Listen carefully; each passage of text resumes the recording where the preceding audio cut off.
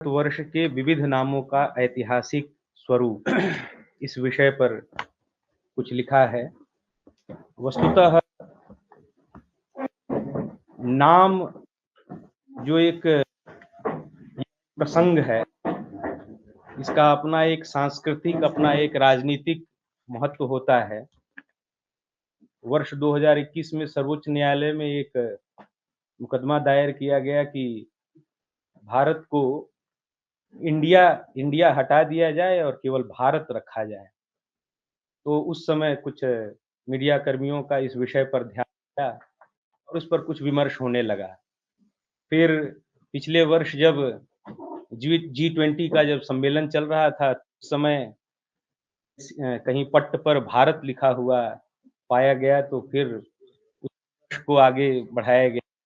लेकिन मधुसूदन ओझा जी के इस ग्रंथ में इस विषय पर, भारतवर्ष के नामकरण नामक इस विषय पर बहुत कुछ लिखा गया है, बहुत कुछ संग्रह किया गया है और यह पूरा प्रसंग, नामधेय प्रसंग, यह पूरा एक प्रसंग ही प्राप्त होता है जिसमें भारतवर्ष के 4 नामों की चर्चा होती है। 4 नामों का को बताते हैं वहाँ। एक भारत के अलावे 3 और नाम की वहाँ प्राचीन नाम की चर्चा करते हैं।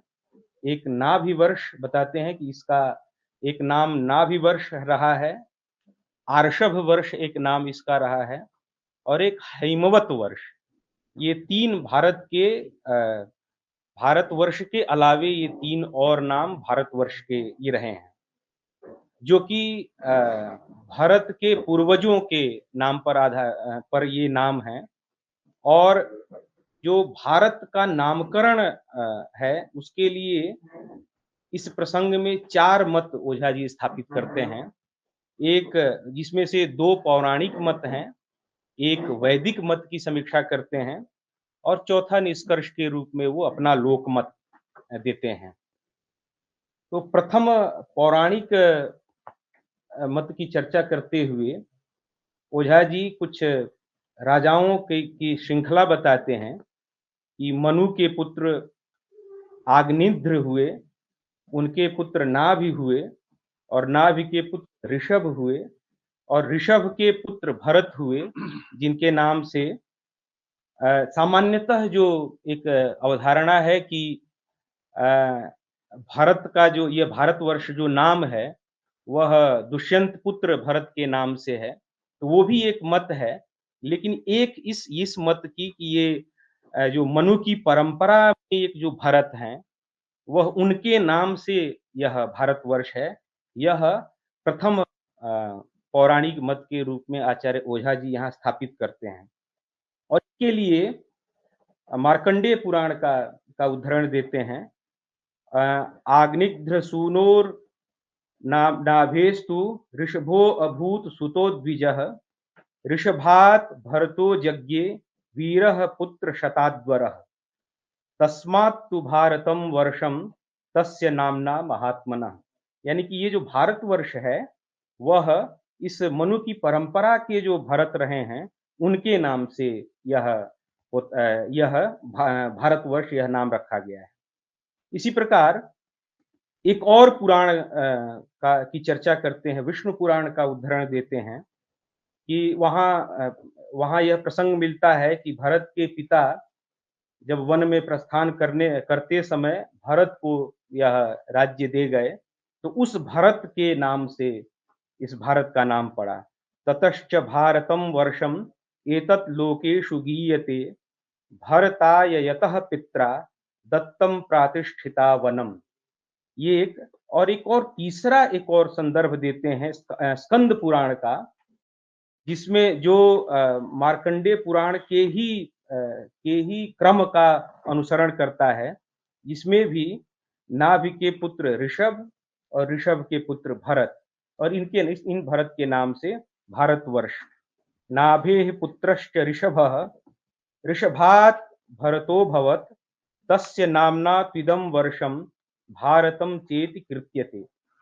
तो ये प्रथम पौराणिक मत के रूप में यहाँ ओझा जी ये 3 पुराणों के संदर्भों को दे करके बताते हैं कि ये जो ये जो भारतवर्ष जो नाम है, वो दुष्यंत और शकुंतला के पुत्र के इतर ये जो भरत हुए, उनके नाम से यह भारतवर्ष नाम पड़ा। दूसरे पौराणिक मत के रूप में को स्थापित करते हुए, उसको व्याख्यायित करते हुए ओझा जी यह विमर्श स्थापित करते हैं कि ये जो दुष्यंत पुत्र भरत हैं, उनके नाम पर इस भारत का नाम पड़ा और वहाँ यह बात रखते हैं कि ये जो उस कुल में, उस भरत के कुल में जितने फिर उत्पन्न, ये महाभारत का संदर्भ देते हुए वहाँ बताते हैं कि उस कुल में बाद में जितने भी उत्पन्न हुए, जितने भी राजा हुए, सबको भारत ऐसी संज्ञा दी जाने लगी। इसका संदर्भ हमें भगवत गीता में भी बहुत सारे हम देखते हैं श्लोक को। जो भगवान कृष्ण जब अर्जुन को संबोधित करते हैं तो दो दो संबोधनों का सबसे अधिक प्रयोग करते हैं। एक पार्थ संबोधन का 38 बार प्रयोग करते हैं और भारत संबोधन का 31 बार प्रयोग करते हैं और इसका अपना एक मनोवैज्ञानिक इसका एक महत्व है। तो इस बात को हम थोड़ा-सा इस बात पर हम विमर्श करें कि हम इंडिया वाले हैं, इसका एक अलग विमर्श है, हम भारत वाले हैं, इसका एक अलग विमर्श है। इंडिया के कहने से एक गुलामी का जो श्रृंखला जो चली आ रही है, गुलामी की जो एक मानसिकता चली आ रही है, उसका बोध होता है, वो नहीं छूटता है और भारत भारत कहते ही एक जो हमारी सांस्कृतिक एक जो विरासत है, उसका बोध हो जाता है। और इस बात को ये एक अभी सद्यः प्रकाशित एक ग्रंथ आचार्य गिरीश्वर मिश्र जी, जो कि मनोविज्ञान के आचार्य हैं, उन्होंने विद्यानिवास मिश्र के लेखों का भारत संबंधी जो विमर्श है, उनका संग्रह किया है और एक लंबी भूमिका उन्होंने लिखी है इसमें कि भारत अब चूँकि इन दिनों एक विमर्श चला है कि जैसे अभी अब हम लोग प्रयागराज यह शब्द करने लगे हैं। प्रयागराज हम लोग मुख्य धारा में उसका प्रयोग करने लगे हैं। तो नाम का क्या सांस्कृतिक महत्व होता है, उसका फिर उस वहाँ रहने वाले लोगों पर क्या उसका मनोवैज्ञानिक प्रभाव पड़ता है, उसका भी एक अपना महत्व है। तो ये एक यहाँ दूसरे मत के रूप में ये यहाँ यह स्थापित करते हैं ओझा जी कि यह जो भारत नाम है, वो दुष्यंत पुत्र भरत के नाम पर है। तीसरे मत के रूप में तीसरा मत में लंबा विमर्श करते हैं और यहाँ इस प्रकरण का इसका शीर्षक देते हैं वैदिक मतानुसंधानम। जो वैदिक मत है भारत के नामकरण के पीछे जो वैदिक मत है उसका अनुसंधान करते हैं, उसका वो विमर्श करते हैं और इसमें इसके जो निष्कर्ष के रूप में वह बताते हैं कि जिस प्रकार स्वर्ग का स्वामी इंद्र है, वायु को अंतरिक्ष का अधिपति कहा गया है, उसी प्रकार पृथ्वी का अधिपति अग्नि है। ये जो तीन हमारे जो लोक हैं, इंद्रलोक, स्वर्गलोक, उसका स्वामी इंद्र को बताते हैं, अंतरिक्ष का अधिपति वायु को बताते हैं और पृथ्वी का अधिपति अग्नि को बताते हैं। और उसी अग्नि का एक नाम भरत है, के नाम पर यह भारत बना और उसका अच्छा खासा उस बात को विमर्श करते हैं। एक और संदर्भ वो देते हैं कि जिस प्रकार देवताओं का स्वामी इंद्र है तथा देवयोनि का स्वामी वायु है, उसी प्रकार यह अग्नि मनुष्यों का अधिपति है और उसी अग्नि के नाम से भारत नाम यह बना गया। एक उसी बात को और एक उद्धरण देकर के स्पष्ट करते हैं। इस प्रकरण में वैदिक मंत्रों का उद्धरण देते हैं, ब्राह्मण ग्रंथों का उद्धरण देते हैं और वैदिक में यजुर्वेद के मंत्र हैं, ऋग्वेद के मंत्र हैं और ये यहाँ एक और चीज करते हैं कि द्युलोक में मरुत रहते हैं, अंतरिक्ष में वायु देव रहते हैं और भूमि पर भारत भरण करने वाला अग्नि रहता है, तो उसके नाम से यह भारत पड़ा। एक ऋषि परंपरा से जो भरत मिलते हैं, एक उनके नाम से इस भारतवर्ष का नाम पड़ा, एक मत है। दूसरा मत शकुंतला दुष्यंत के पुत्र के नाम से इस देश का नाम भारत है और तीसरा वैदिक परंपरा के हिसाब से अग्नि चूंकि ये भारतवर्ष को ही पृथ्वी लोक एक प्रकरण में आता है, ये जो भारतवर्ष है, वही ये पृथ्वी लोक है, वही भारतवर्ष है। तो इस पृथ्वी लोक का अधिपति चूँकि अग्नि है, तो अग्नि का एक नाम भरण-पोषण करने वाला है, इसलिए उसके नाम से भारत यह पड़ता है। अग्निर्वै भरतः, ऐसा एक कौशितकी ब्राह्मण का संदर्भ देते हैं। इसी तरह एक वाजसनेय ब्राह्मण का संदर्भ है, एष हि देवेभ्यो हव्यम भरति तस्माद् भरतो अग्निः इत्याहुः। उसका नाम एक भरत यह ऐसा बताते हैं। ये एक एक इस बात अधिक इन्होंने विमर्श किया है वैदिक मत का। अब इसके अनंतर अंतिम मत के रूप में, चौथे मत के रूप में वो अपना मत प्रस्तुत करते हैं। यहाँ एक ध्यातव्य विषय है कि 3 मतों की वो समीक्षा करते हैं और अंत में अपना मत स्थापित करते हैं, लोक मत के रूप में। वस्तुतः जो इन दिनों एक जो मानदंड होना चाहिए हमारे अनुसंधान प्रविधि का, कि हम तमाम तमाम पक्षों का विमर्श करें, तमाम संदर्भों की चर्चा करें और उसके साथ अपने अपने मत को स्थापित करें। तो अपने मत के स्थापित अपने मत को उन्होंने लोक मत इस शीर्षक से स्थापित किया है। और वहाँ ये उस क्रम में वो ये बताते हैं कि भारत को भारत होने के लिए कुछ गुण धर्म अपेक्षित हैं, कुछ लक्षण अपेक्षित हैं भारत देश से, जिससे इसका नाम भारत। जैसे एक दान देने के लिए भरण-पोषण करने वाला यह देश अ, भरत भरण-पोषण करने का कार्य करता है, इसलिए इसका नाम भारत है। उन्होंने कोविड काल में, कोरोना काल में देखा कि भारतवर्ष ने टीका निर्माण किया, अपने देश के लोगों की रक्षा की, उसके अलावा तमाम तमाम देशों तक भी उस मदद को पहुँचाया। तो यद्यपि इस बात का विमर्श होता है, कूटनीति की दृष्टि से अर्थशास्त्र की दृष्टि से इसका विमर्श होता है, लेकिन एक इसका सांस्कृतिक विमर्श भी है। क्योंकि यह भारत सोने की चिड़िया था, दूसरों को देता था, दूसरों का भरण-पोषण करता था, इस वजह से भी इसका नाम एक भारत है।